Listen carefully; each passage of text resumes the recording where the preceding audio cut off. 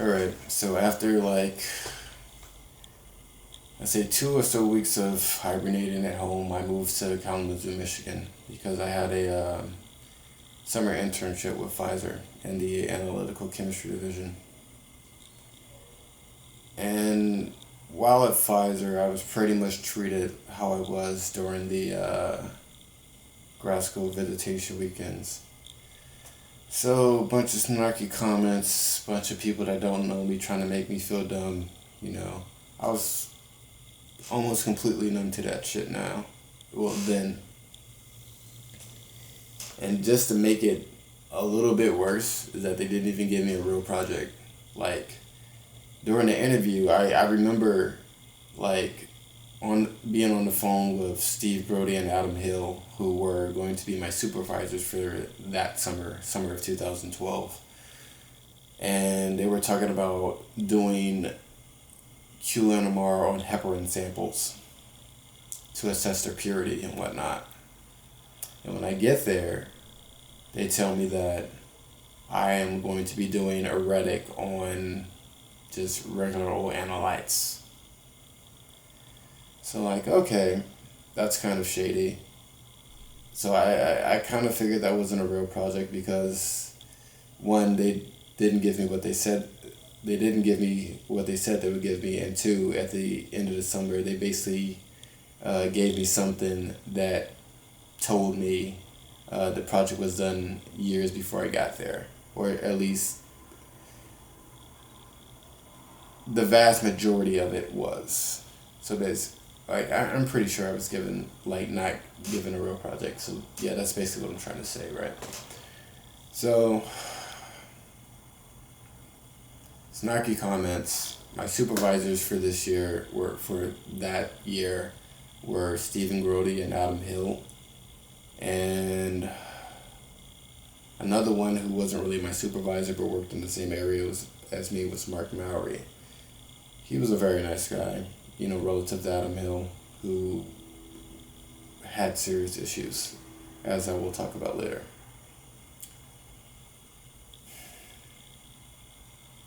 A lot of people, like, I'm not going to say a lot of people, but some of the people at Pfizer definitely rubbed me the wrong way. Like, there was this other guy in the analytical chemistry division whose name I completely forgot. Went to the University of Illinois for grad school, but ended up dropping out.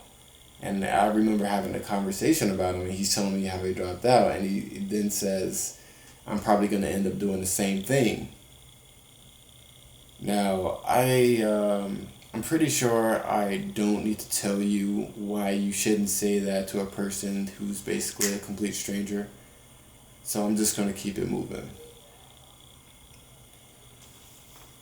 So summer goes on, and my boss, Stephen Grody, sets up something like a play date for me and his kids. So they take me out water skiing. It was four of us in total.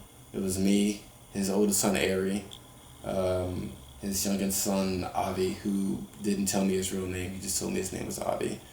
And I know that he's lying. Well, I thought that he was lying when he first told me his name was Avi. You know, body language, speech pattern, it just sounded a little bit off. But it was also confirmed the next day when I called him Avi to his father, and his father just said he lied to me. Like, okay, confirms what I thought is true. These people are not to be dealt with.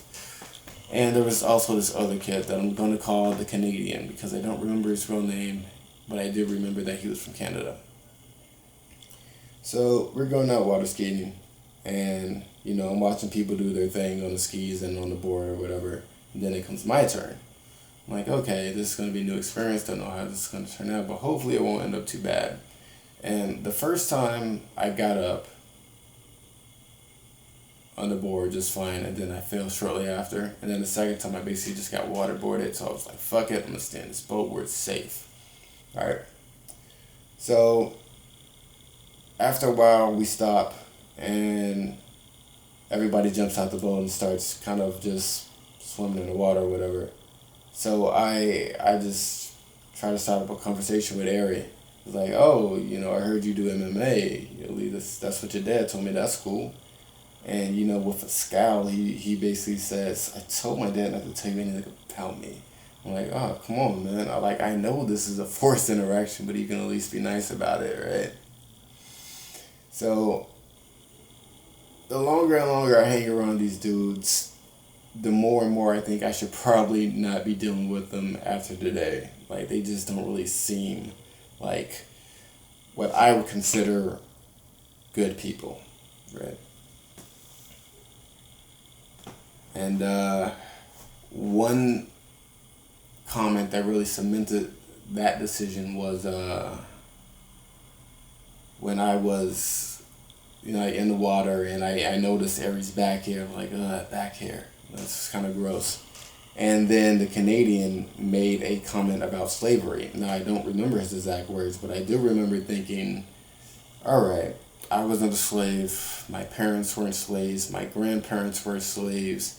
And I'm pretty sure my great grandparents weren't slaves either.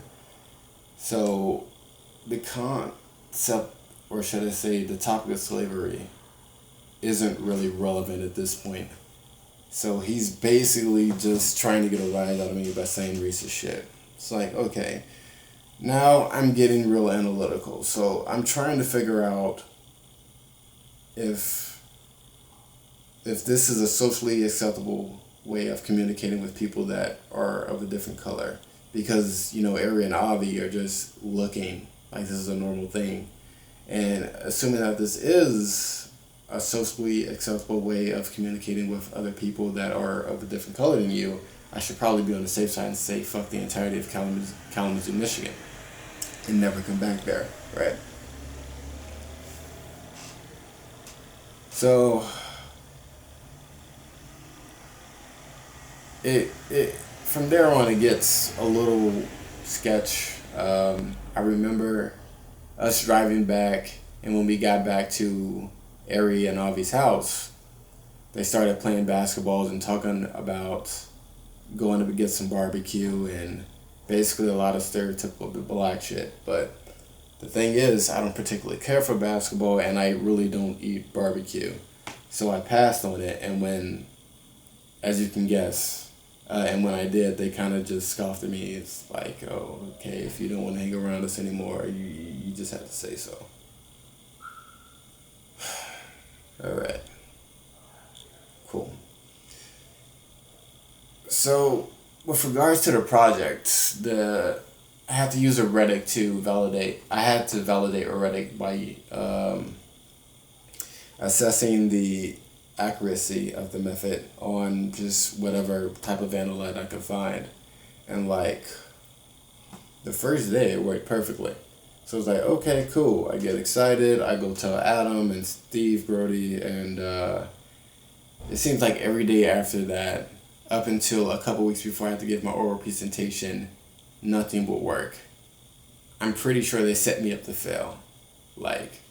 Absolutely nothing. I'm changing parameter after parameter after parameter, day after day after day, and nothing is producing the result, or should I say results that were produced on the first day where it was working perfectly. And I'm talking about this with Mike Mowry, and I honestly did not know what to do, so I talked to him instead of Adam because he's a lot more approachable. And he's like, I don't know, kid. And then days after that, everything just kind of started working. I honestly think that Mark fixed whatever Adam or Steve messed up, and I just want to say thank you. You're a very nice guy, at least relative to Adam and maybe Steve. I don't really know if Steve was involved in this, but I'm fairly confident that Adam was. So let's fast forward to the end of the summer. Or should I say, let's fast forward towards, the end of the summer where I had to do my oral presentation. So I get through the oral presentation, and then there's like a Q&A session where people ask me questions about what I do what I did, and conceptual questions to make sure I understood what was going on during the course of the experiments. And before I can even give my first answer, Adam Hill interrupts me and starts answering all of the questions after that. Seriously, guys, this guy was like the epitome of professionalism. Like, that guy was a trim blue asshole, to be completely honest.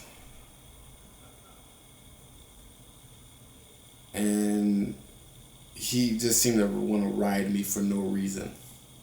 Or at least the reason was the reason that I heard. And I'm overhearing a conversation between Mark Mowry and another person who worked on the same floor as us. His name is Brian. He said that the only reason he rolled me was because I made a comment about him being short when I first met him. So not only is he a liar, but not only is he an asshole, but he's also a liar. Who knew that those two traits would go together, huh? And once he even just straight up crossed the line. So we're in Mark Mowry's area. I'm like kind of in the little section that is between, let's just say I'm at my own door. So me and Mark Mowry's office spaces were like right next to each other, and we were separated by let's call it a very small corridor. So I was on my side of the corridor, Mark was in his office, and Adam was at Mark's door. And we're having a conversation. I don't quite remember what was said, but what I do remember was Adam Hill mouthing the words, "That's right, nigga, I said it." Again, you would think that I would be mad by, him interrupting me during my oral presentation and saying shit like, "All right, nigga, I said it," but I just didn't care. Like, really. I was pretty much done by the end of the summer, just mentally. I was pretty much like, fuck Pfizer and Kalamazoo, Michigan. I honestly do not want to go back there ever again. Like, and, shortly after, Adam Hill mouthed those words, he didn't say them out loud because that would have definitely resulted in him, getting in trouble.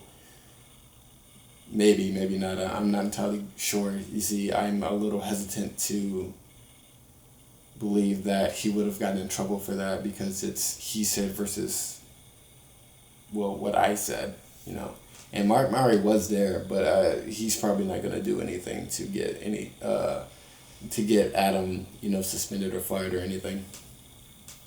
All Mark did was just shake his head and turn around to his computer. I was like, damn, man. It's a cold world out here. Like, I remember the last day I came to work with my car almost fully packed. Like, no lie, I was so ready to get out of Kalamazoo, Michigan that I came to work fully packed and then left immediately back home to Chicago.